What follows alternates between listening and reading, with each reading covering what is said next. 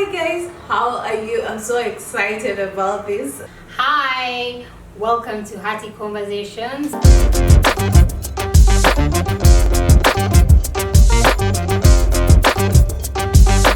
We will be talking about everything surrounding mental health, mental illness, anything you want to know and learn about will be part of this channel.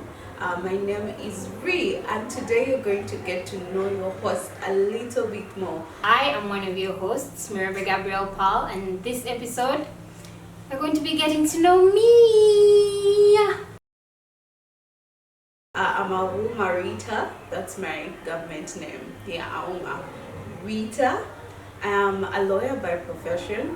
I am an author of a book, Dear Me, and writing my second book, which is it's taking everything from me. What else? I am a second born out of 7 children. Yeah, I'm a deputy parent. I love to dance. I love to play with my friends.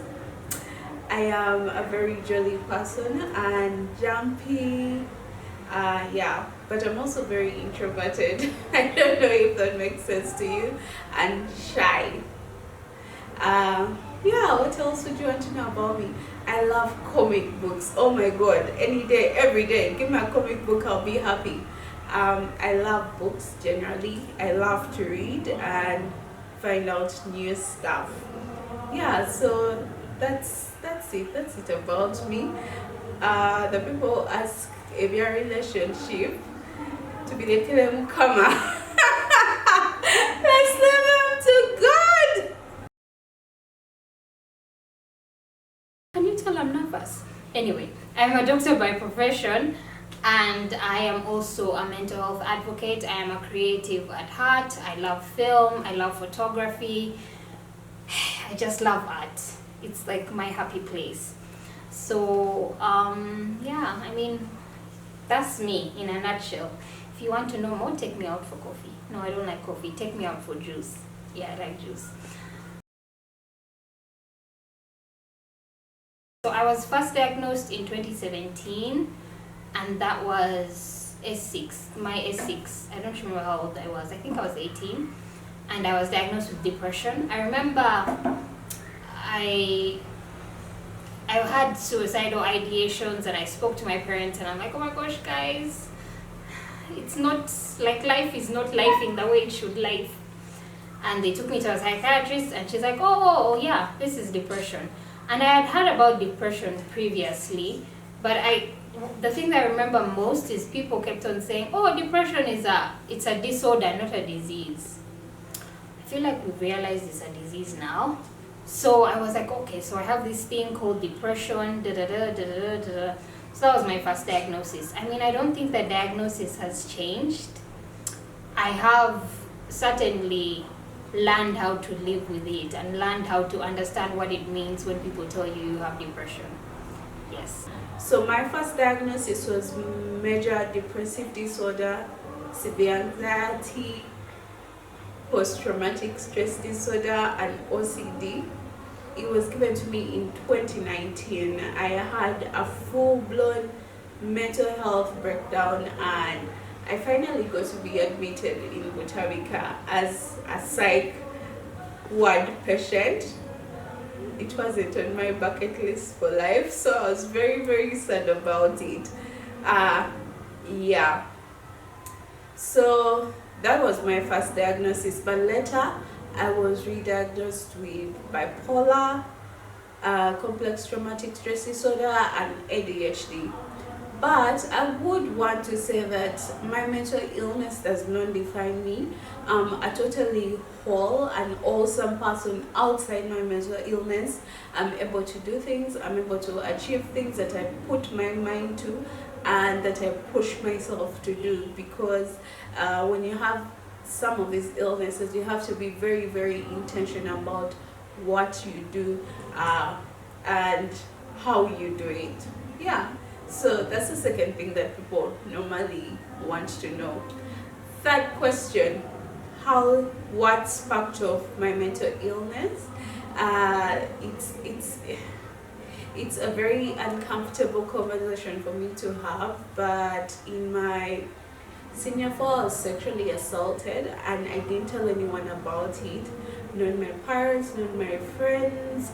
And then I remember at campus, I told another friend who also on the same night sexually assaulted me. Then later on, I told another friend who also sexually assaulted me. So for me, it was 3 incidents of sexual assault that my brain was now keeping and trying to cope with. And with life happening, relationships not working out, me failing to go to law development center, and very many other things. You know how life happens. Made me eventually have my final mental health breakdown, mostly an ex who left me. Bandeka. Anyway, we are better now. We forgive and forgot. Mostly forgive.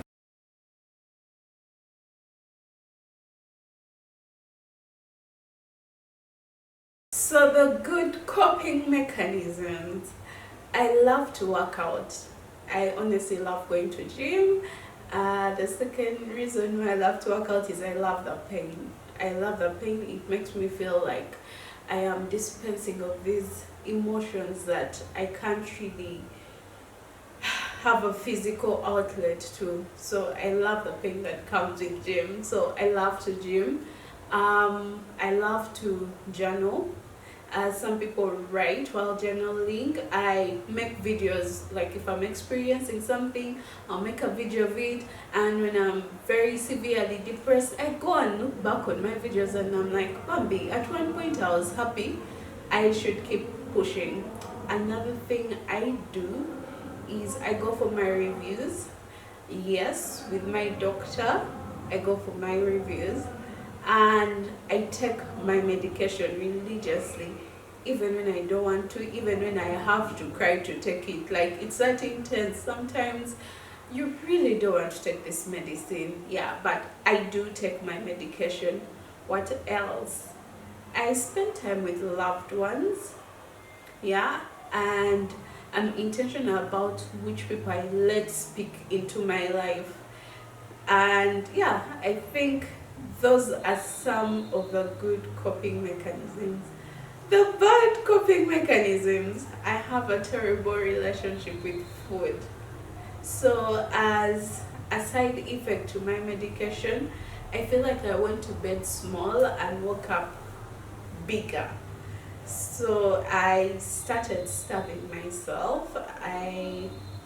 This has been something I've been working on recently. In June, I decided to at least have a meal a day, but otherwise I would go 3 days, 2 days without food, and yet I was working out. Yeah, so that's a really bad coping mechanism. Another one is self-harm. Like when I'm going through a dark period and I'm just looking for a way to let these emotions go out. Like sometimes I self-harm, like burn yourself a calito, cut yourself a calito. And you know, to people who don't fight with this, it doesn't make sense. But for me, in that space, it's an outlet. Another bad coping mechanism is I self-isolate. I can hide away from people when I'm going through a relapse and not tell them about it. It's something I'm really working on, and it comes from self-stigma, from me feeling like I'm not worth people caring about me. I am not worth people loving me, and I am not worth anything. Yeah, so those are some of my bad coping mechanisms. My best and worst coping mechanisms. So I used to think this was not a good coping mechanism, but when I'm having a bad day, I tend to distract myself. So I usually distract myself by watching a movie. And I used to think this wasn't a good coping mechanism because I'm like, pal, there are better things you can do with your time. Go and read your books. Why are you watching a movie? But I was recently speaking to my therapist, and she's like, no, that's actually a good thing, because you're distracting yourself. It kind of protects you from self-destructive behavior. So I would say my best coping mechanism is watching a movie. Some certain people might not be proud of me, but anyway, that's their problem. My worst coping mechanism. I think is I don't even know how to describe it in one word. No, but I think my worst coping mechanism would be, I tend to how can I say this? I don't know. I think it would be, there are moments when I've realized, yes, my worst coping mechanism is when I'm having a bad day. Sometimes when I'm having a bad day, I tend to give in. And I don't know if this is a bad coping mechanism, though. I feel like I need to have conversations with people in the field. But I tend to give in, and I'd say, okay, you know what, I'm having a bad day, let me just go and sleep. I don't know, part of me feels like that's giving up, like I should try to look for a way to have a good day. I mean, I don't know. I think I would tell my younger self, you're not pretending. I would tell my younger self, it's not that you're not working hard enough to be happy or to be like everybody else.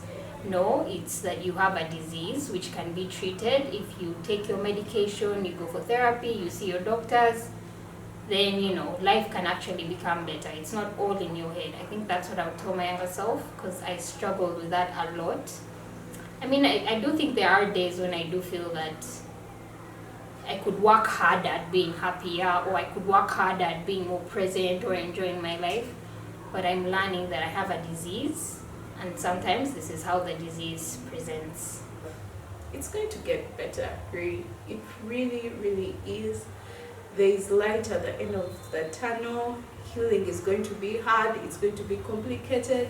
It's going to take a lot of tears, a lot of misunderstandings. People are going to say things that will hurt you.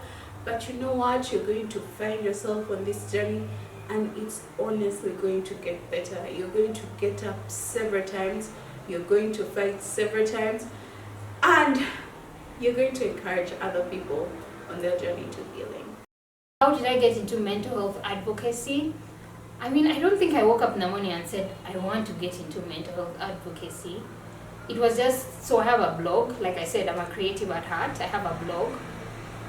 So I was once looking for what to write on my blog, and I said, oh, let me tell people about my story with mental health. And I think that was the beginning. I just wrote my story. I said, oh, so this happened, the other one happened, they gave me medicine, da-da-da, da-da-da, da-da-da.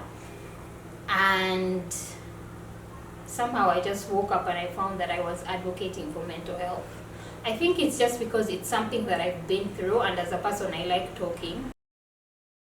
I would describe the mental health space in Uganda as growing.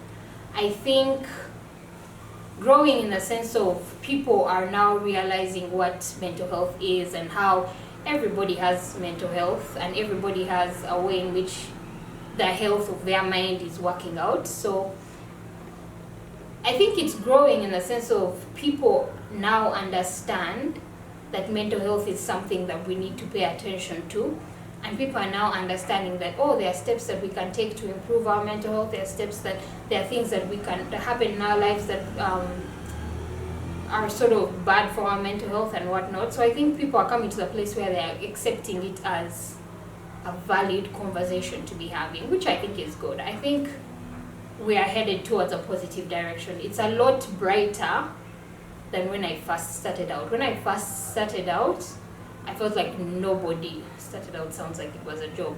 But when I first started existing in this space is when nobody understood it. Everybody was like, how can you be in Uganda and you say you have depression?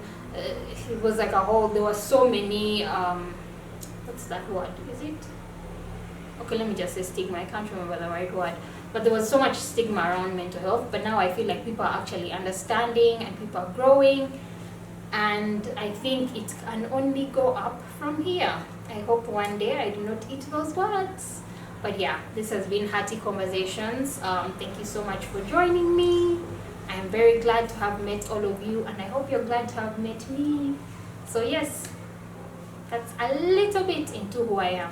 Just a little bit. Like I said, for the rest, buy me juice. Anyway, see you next time on Hearty Conversations.